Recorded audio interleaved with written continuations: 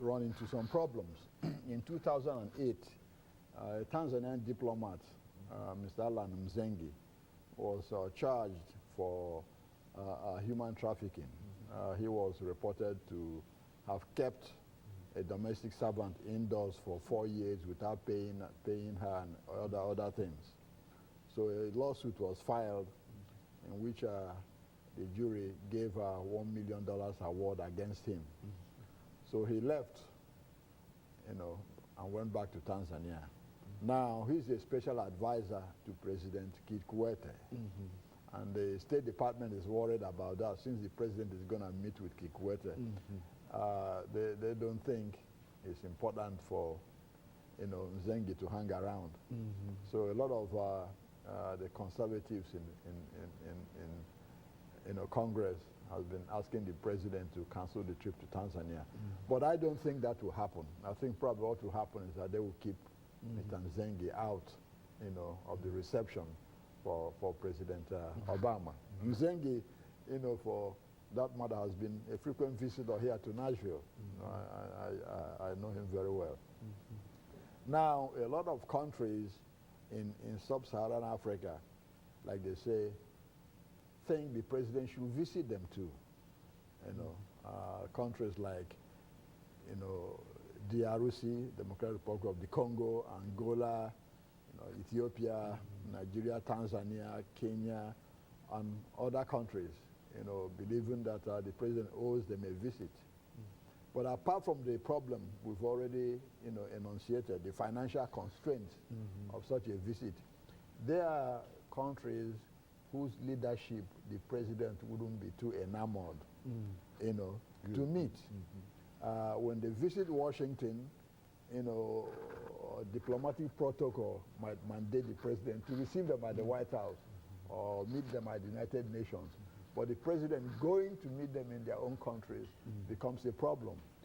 Since Obama came into power, the administration is no more paying lip service to what is happening on the continent of Africa. Before, the president will read the report from the CIA, the ambassadors and all that, and go with that. Now, Obama is listening to the real people on the ground. In fact, in the White House, there are a lot of Africans who have staff out there now.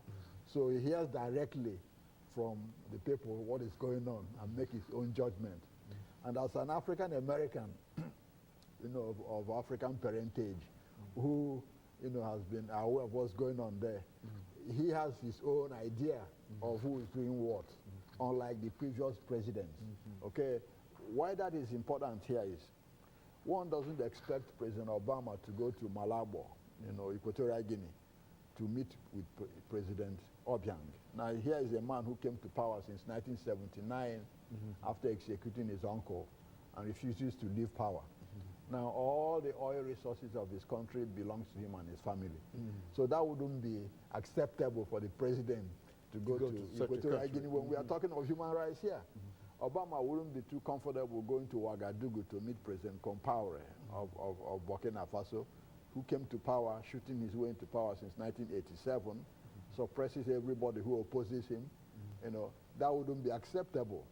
Okay, he wouldn't want to go to Uganda, even though Museveni, is complaining because the U.S. has a security agreement with Uganda insofar as Ugandan troops helping to fight the terrorists in Somalia.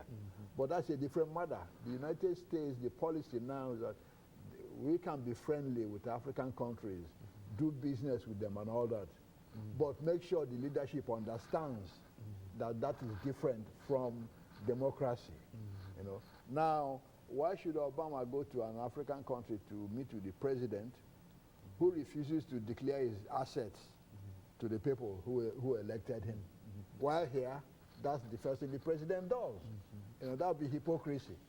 See, why should Obama go over there, to meet with the president of Gambia, who denies that AIDS exists and that he's a doctor of curing AIDS? Okay? And he's been in power since 1994. That wouldn't be appropriate.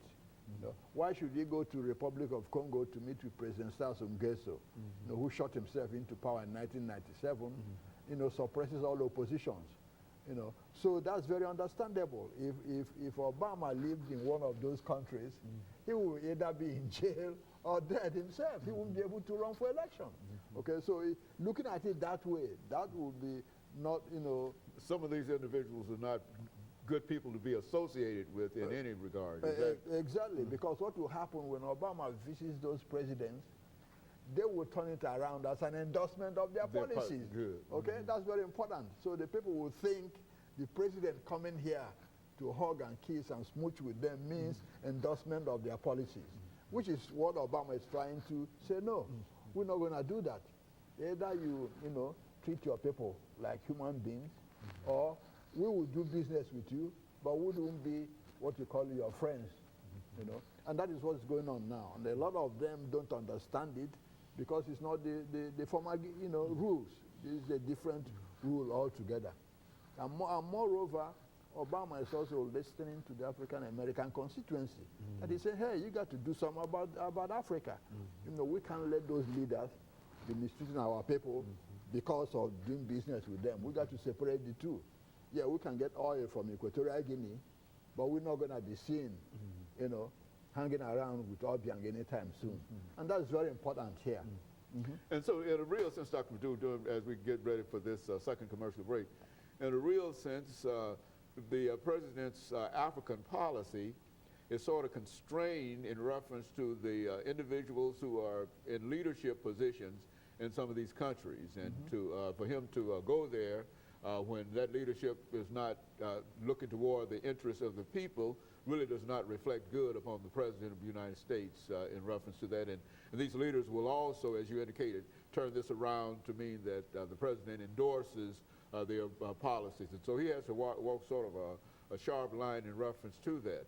But still, he does understand that Africa is a country that has a lot of problems, and that ought to be high upon his agenda. Is that essentially what he gets? Absolutely. The continent has a lot of problems, but you can't solve those problems unless people are free Very good. to do exactly what they want. Okay, and of course we're going to take this second commercial break. Join your favorite Nashville Predators players, coaching staff, and celebrities for the 4th annual First Tennessee Nashville Predators Brent Peterson Celebrity Golf Classic on September 15th and 16th. This two-day event includes a full day of golf, dinner, a comedic performance by Keith. Of the show for today, we're talking to Dr. LMadu, and the topic is the visit of President Obama to Africa and why some of the countries are not exactly happy with not being selected as part of the recipients of this presidential visit. And Dr. LMadu, let's continue and to talk about